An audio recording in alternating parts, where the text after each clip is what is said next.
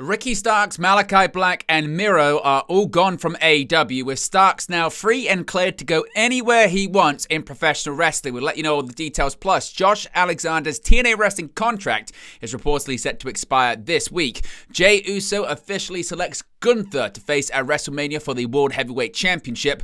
Logan Paul qualifies for the men's Elimination Chamber match. Bayley qualifies for the women's Elimination Chamber match.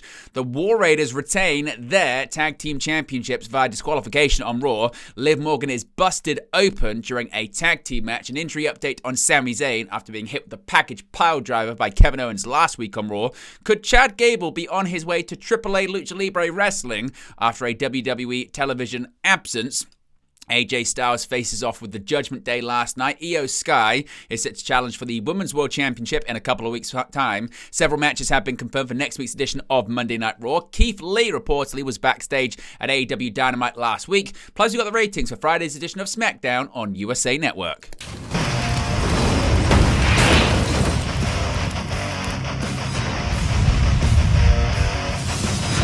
Hey guys, welcome back to Wrestling News 365. Hope everyone is doing very well. As always, there are plenty of news stories to get into in the world of professional wrestling. Let's begin with the story that broke last night about the AEW exits of Malakai Black, Miro, and now confirmed absolute Ricky Starks is gone from AEW.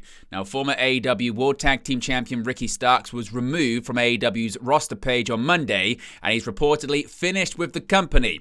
According to PW Insider, Starks is no longer with AEW and is, quote, free and clear, end quote, to go wherever he wants to perform. Miro is also done with the company, and Malakai Black's contract has also reportedly expired. The men were also removed from the roster page, which is reportedly a good indicator of a performer's status with AEW on Monday.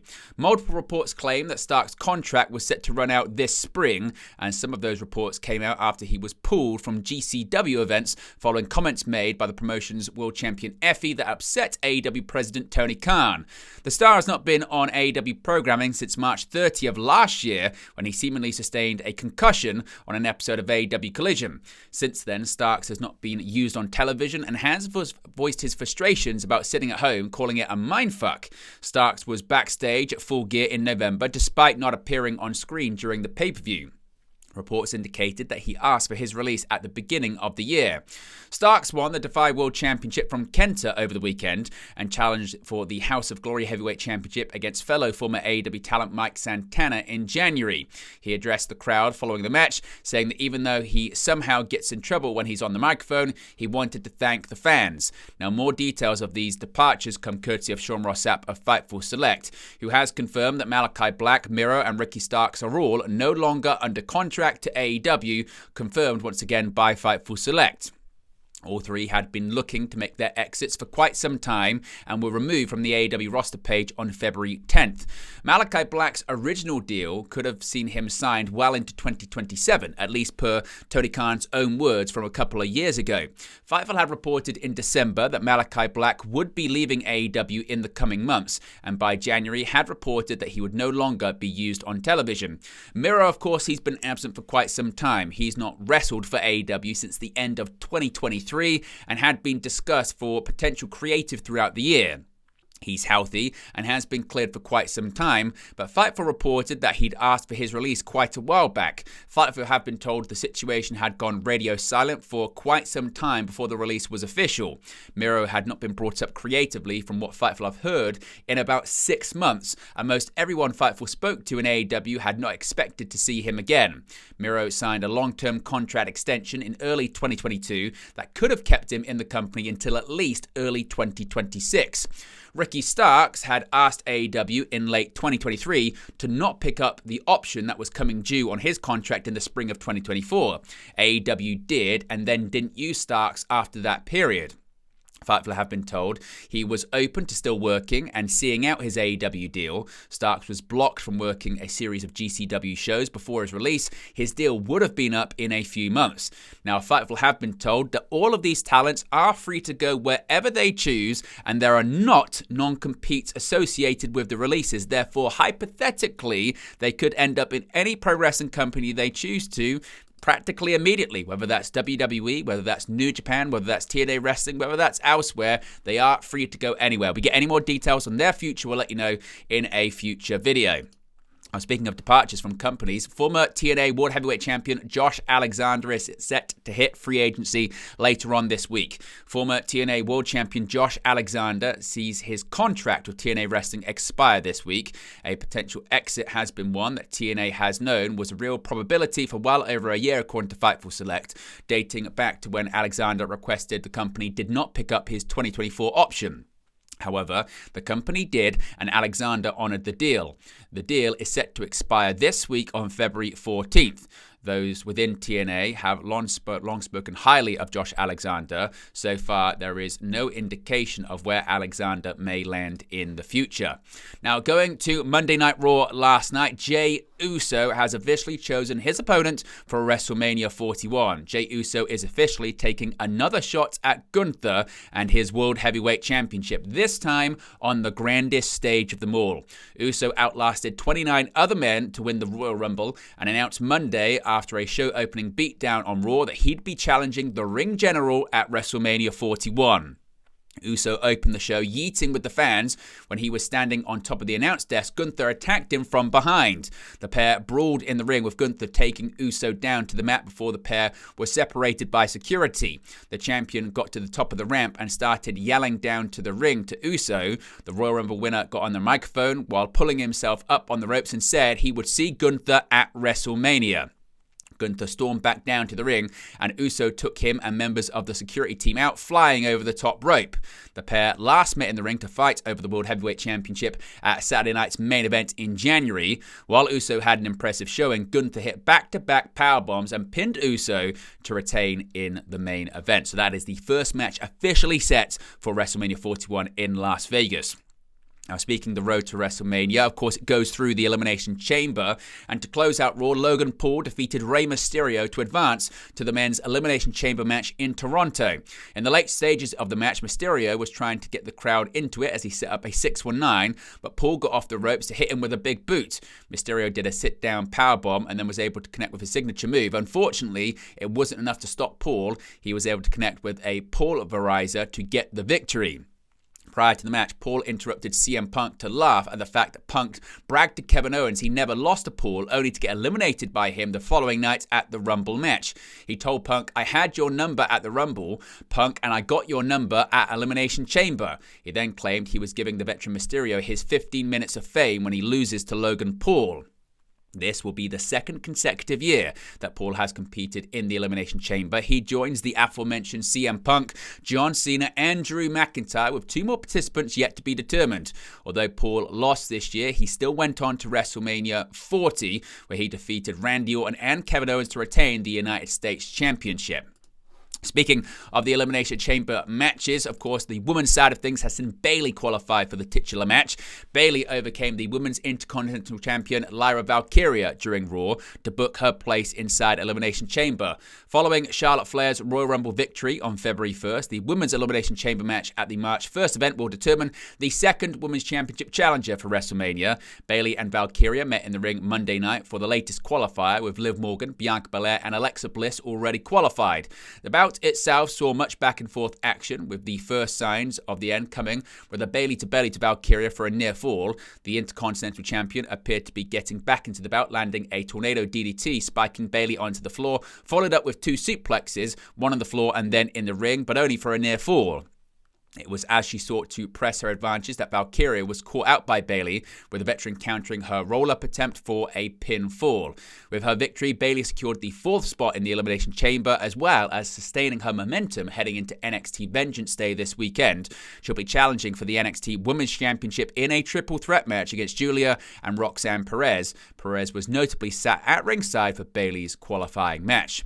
Now, the War Raiders are still the World Tag Team Champions, but they did get beat down by American Made last night on Raw. A World Tag Team Championship match marked the halfway point of Monday's episode of Raw, and while the Raw War Raiders ultimately retained the title by disqualification, it was American Made who was left standing tall. From the opening bell, there was no shortage of chaos in Monday's tag team contest. Eric of the War Raiders quickly tagged team teammate Ivar to level the powerful Brutus Creed, but the colossal Julius Creed tagged himself into even the playing field.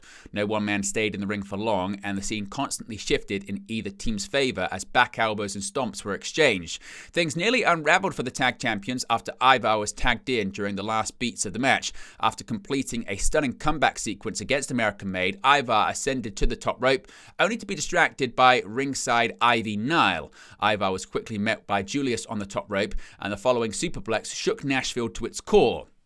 American Made nearly secured the pinfall victory, but Eric broke the tag just before the 3. Eric tagged himself in, but the War Raiders could begin to regroup. Julius struck Eric with his own title belt, causing the disqualification and subsequently allowing the War Raiders to retain their titles. Regardless, American Made brutally beat down the tag champions afterwards, and the segment ended with Brutus and Julius brandishing the titles high above their heads. Now, speaking of tag team matches on Raw, Liv Morgan was involved in one. She was busted wide open. Liv Morgan may have not won her tag team match alongside Raquel Rodriguez on Raw, but she put up quite a fight against Damage Control's Io Sky and a returning Dakota Kai after getting busted open in the match and bleeding from the side of her head. The teams competed after Morgan bested Sky in an Elimination Chamber qualifying match last week with accidental help from Women's World Champion Rhea Ripley. The exact hit where Morgan was cut open wasn't exactly clear, but at one point she appeared to take a knee to the head and shortly afterward could be seen with blood covering one side of her face. Morgan carried on with the match despite her injury and wasn't visibly impaired. The teams traded flurries of offense, but it was Sky who had a double stomp on Morgan's stomach followed by an over the moonsault for the victory. If Morgan suffered any serious consequences, information wasn't immediately available. Despite the loss, she goes on to face Bayley, Alexa Bliss, Bianca Belair, and 2 other women inside the Elimination Chamber on March 1st in Toronto, Ontario, Canada. Of course, the winner of the Chamber will go on to challenge the Women's Champion. Royal Rumble winner Charlotte Flair doesn't choose at WrestleMania either Rhea Ripley or Tiffany Stratton, or possibly the NXT Women's Champion too. Speaking of injuries, we've got an injury update on Sami Zayn after he was attacked by Kevin Owens last week to close out Monday Night Raw. Last night's February 10th WWE Raw provided an update on Sami Zayn after he was attacked by Kevin Owens at the end of last week's show on Netflix. The main event of last week's Raw saw CM Punk defeat Sami Zayn in an Elimination Chamber qualifying match. After the match, Punk and Zayn shook hands, but Zayn was ambushed behind by Kevin Owens, knocking Punk out of the ring and nailing Zayn with a package pile driver. Owens did this because Sami Zayn didn't save him from Cody Rhodes in Owens vs. Rhodes ladder match at the Royal Rumble. WWE had previously stated that Zayn would be out indefinitely, but there was a more specific update on Raw last night. Michael Cole on commentary noted that Zayn had suffered a spinal contusion and extreme nerve damage as a result of the attack. Owens launched a similar attack on Randy Orton with a pile driver back in November, which Orton still hasn't returned from. It appears Owens vs. Zayn is a likely match being set up for WrestleMania 41 on April 19th and 20th. Now, we spoke earlier on about American Made, and Chad Gable was on a WWE television absence, but he could be going somewhere a little bit special. Now, after falling short in matches against Rey Mysterio, Dragon Lee, and most recently Penta in WWE, Chad Gable announced on Raw that he was set to leave for an absence in order to conquer the dark arts of Lucha Libre. While it hasn't been confirmed how Gable will be achieving this goal, an interesting new report from Brian Alvarez during Wrestling Observer Live has revealed some potentially huge crossover plans for the American-made frontman. Alvarez said, quote, "I also have been told, I don't know if this is true or not, I sure hope it is, that Chad Gable is actually going to be working some dates for AAA. Now, 2025 has already been a busy year for WWE crossovers with other companies, with Omos and Shinsuke Nakamura competing for Pro Wrestling Noah in Japan, and a multi-year partnership with TNA Wrestling making the headlines last month. It's not yet known if these rumored plans between WWE and AAA will come to fruition or not, but of course, if we get any more details, we'll let you know in an upcoming video. AJ Styles, he was back on Monday Night Raw last night, and seemingly he started a war with the Judgment Day. The Phenomenal One kicked off the second hour of Monday's WWE Raw with a fiery promo saying he's got a long to-do list and he wants to remind the locker room that he's still phenomenal after his near career-ending injury. Then Styles would be interrupted by Dominic Mysterio and Carlito. Mysterio could hardly get a word out before Styles taunted him for the Judgment Day's loss of Rhea Ripley and Damian Priest. Then, Styles went even further and said that Dominic will always be known as Rey Mysterio's punk-ass kid.